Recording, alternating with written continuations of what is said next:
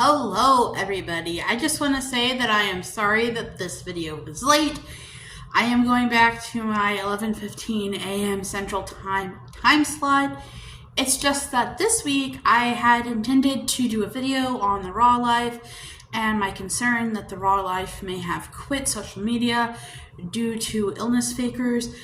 However, after I had written that video and when I was getting ready to film that video, they released an update on Patreon, which I don't feel comfortable sharing because obviously it's their paid content. But it kind of caused my entire video to get thrown out. And then I had a couple of bad days after that. And then this morning, Sunday morning, I started writing this video. Now, I do look at my analytics and I do know that basically all of you are here for the IllnessFakers series. And so because of that, I wanted to make this IllnessFakers series video for you.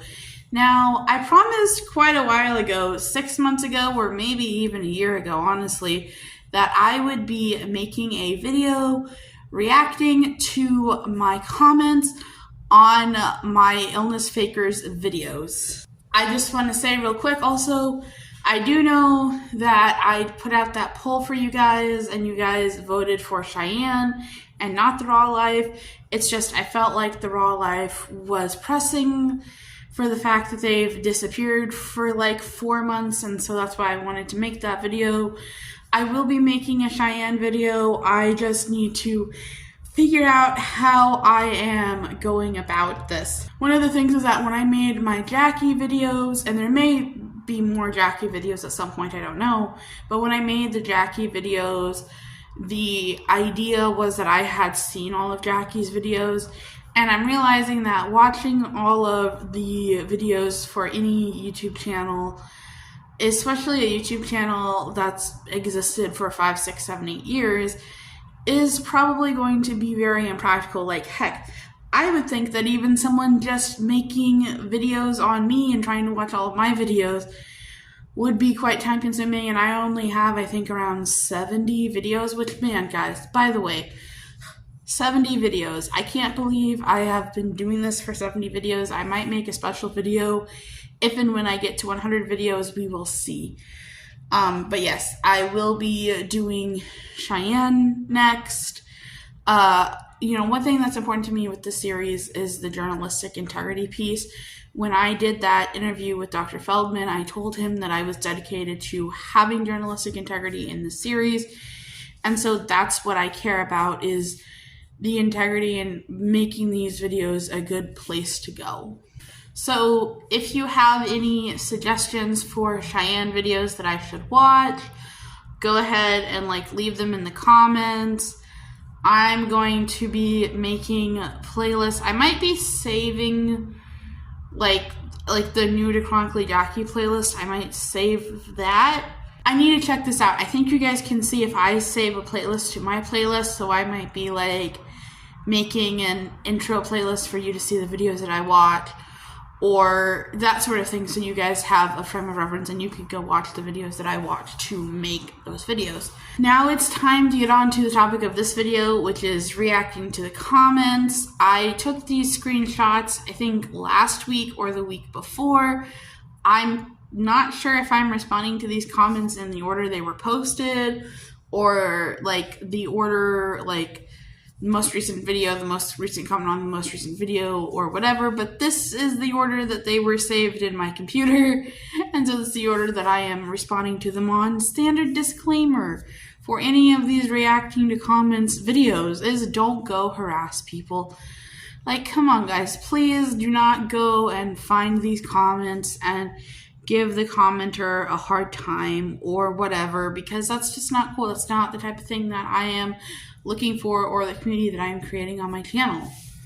Alright, so for further ado, let's read the first one. I am going to try to pop them up on the screen, but the problem is that I've never done that in Power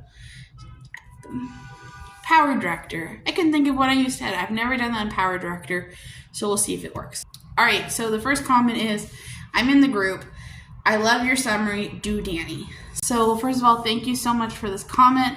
I do want to do Danny, and I think that I may have even mentioned Danny in the introduction video. The problem with Danny is that she continuously has to delete her accounts to try to get rid of the IllnessFakers people, and I think that she just generally deletes accounts to be able, for her mental health or whatever. So unlike with like Cheyenne or Jackie or The Raw Life, where I could go through and watch their videos, it's going to be a little bit harder. And so I'm trying to come up with a way of how do I balance the things that IllnessFakers post about Danny and the things that IllnessFakers says on their platform, and like also being fair. But I do think that if I do that introduction idea where I introduce all of the people and then I go through and make themed videos, then I think that Danny will probably be third or fourth in line after Cheyenne and The Raw Life. And I think that there was another one on that poll that I want to do. Next up, I've always been fascinated by IllnessFakers content. I know someone who had Munchausen. We are very close friends since we were kids.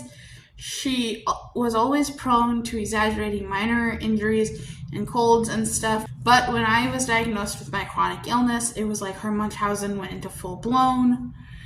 I eventually had to distance myself because I realized that spending time with people who are actually ill seemed to be a trigger for her, like it made her worse.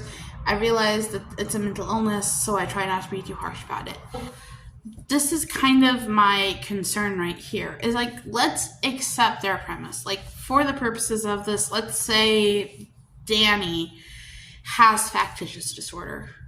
Like, let's say that's true. Okay. Is that a reason to bully or call out or make fun of or do any of the things that IllnessFakers does? I really don't think so. I was reading Dr. Feldman's book, Dying to Be Ill, and like, for me, I definitely am not someone who says that Munchausen doesn't exist. It clearly does.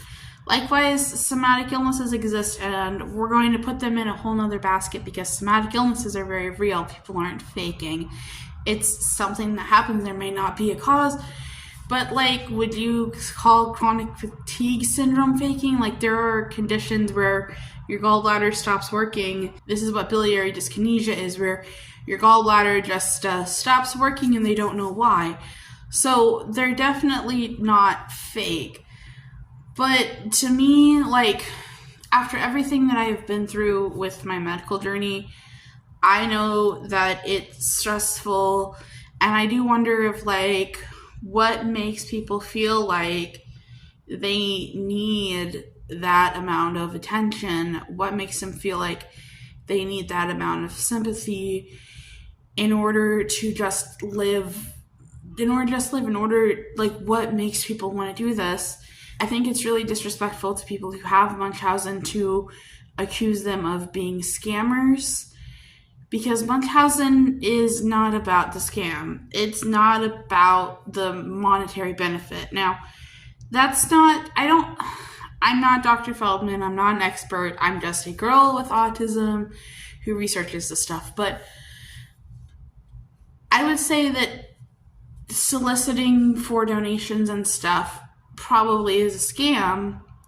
But when you have things like people donating or becoming a YouTube member or whatever, I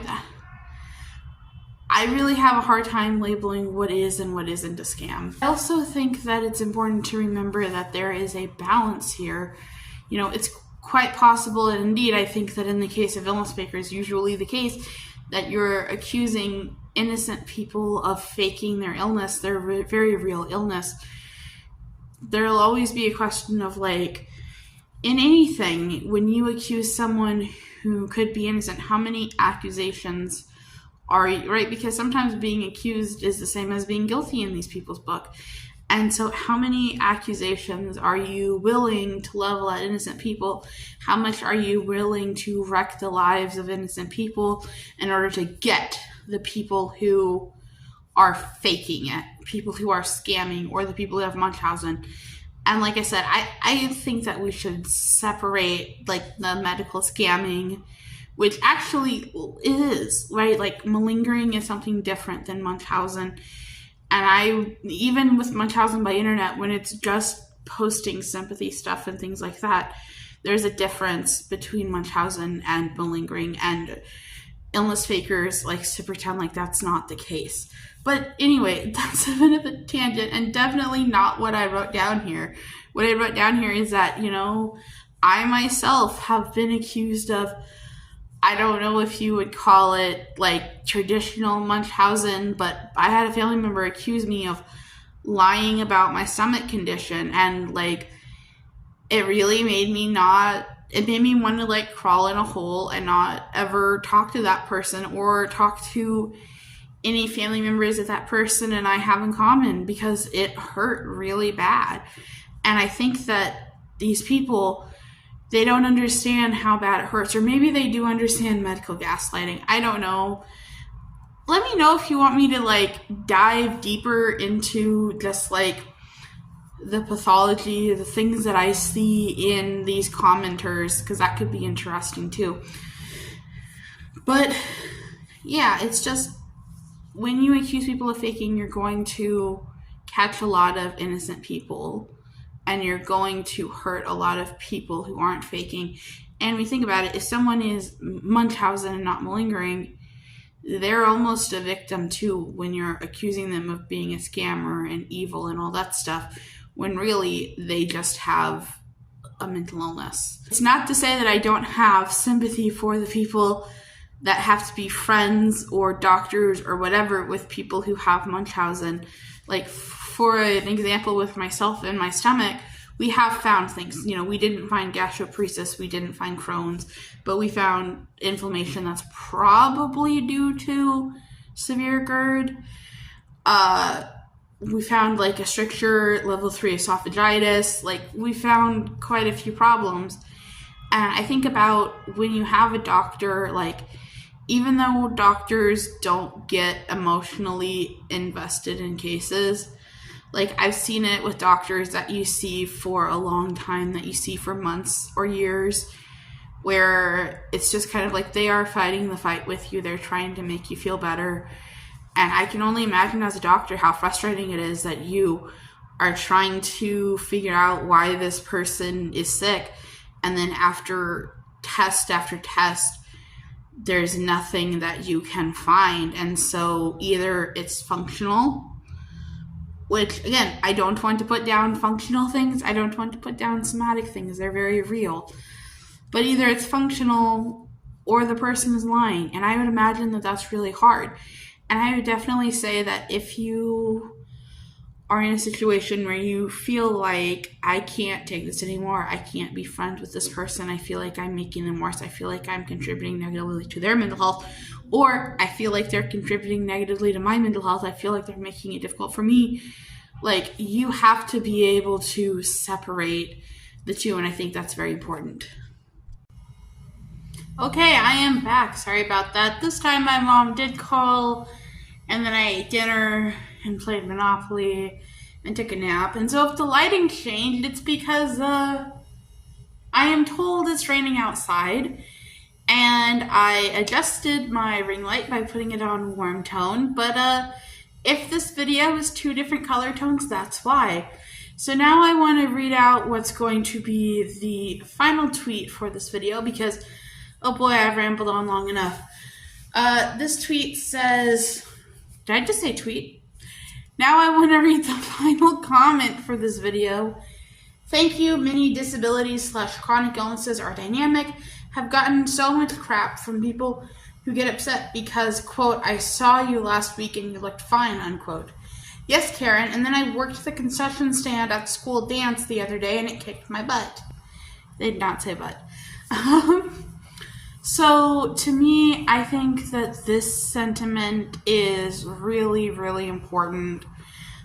Some days I get upset and I go walk the length of Chicago. Okay, not literally the length of Chicago, but I take a stroll down Michigan Avenue until either I walk back or I get sore and then I jump on the nearest bus and then come back to where I live. But I think that we have a tendency to judge people by their good days and their bad days, and I think that that's what the IllnessFakers community does, is it like judges people that like if they have a bad day, then they're faking their bad day, but if they have a good day, then that's actually just the way all their days are, and it proves that they're not really sick. And I don't think it makes sense. To give an example from my real life from this past week, the esports team at my school started doing team workouts, and I think I'm technically club because I'm in the Discord. But anyway, I wanted to go do the team workouts, and so I was going to go on Tuesday, but I was literally in too much pain to move on Tuesday. So I went on Friday. I wasn't more disabled on Tuesday or less disabled on Friday, and you best believe I still took my walker with me to go do the workout because I knew I was going to need it after. And it's the same thing with my stomach. Some days I eat everything in sight, and other days I lay on my bed trying not to throw up. I don't have an answer for it. That's just chronic illness. Okay, guys, well, like I said, that's all the comments that I have time to respond to because this video is already really long, and I am trying to keep them shorter. I know nobody likes part 2s, but I do have 3 other comments that I'm going to film for next week's video. And I look forward to seeing what you guys have to say in the comments of this video. Maybe I will respond to those comments as well, or maybe I'll wait until the Chronically Jackie video gets to 2,000. Who knows? Before I round out this video, though, I do want to address one comment that I'm not going to be responding to, and that's a comment on one of the videos that I went back and forth over whether or not to hide, just because I generally don't believe in hiding comments. I was a journalist, and while I totally believe in the right to curate your own spaces, I think that on my IllnessFakers videos, because I very much come across as a journalist and am trying to uphold journalistic integrity, I don't delete or hide comments on those videos.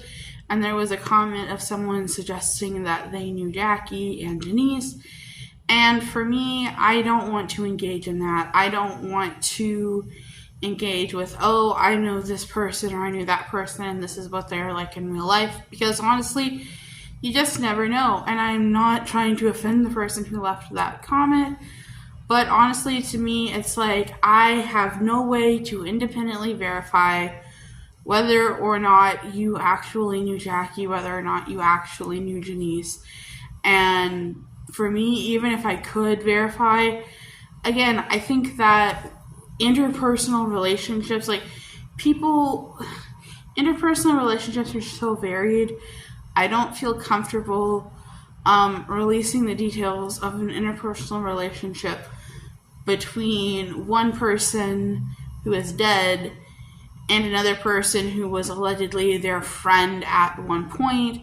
And then for Janice, one person that is on social media being bullied, all of that stuff, and one person who gets to remain anonymous. Because, it wasn't like this person was posting with their first and last name and, that sort of openness. And besides that, I know that maybe it may seem this way, but I'm not doing this for, the drama. I don't mind talking about drama between IllnessFakers, subreddit members and all that stuff, but that doesn't really happen. At least not that I've seen. But, this is not about drama. This is about, to me, right and wrong. This is about bullying. And so I'm not really interested in engaging with that sort of stuff on my channel. I won't hide the comment because of my journalistic integrity, but I'm not going to respond to it, or I guess that is my response. So, guys, I hope you enjoyed that video. I hope you're enjoying me being back, and I know I'm enjoying being back. All right, bye, guys.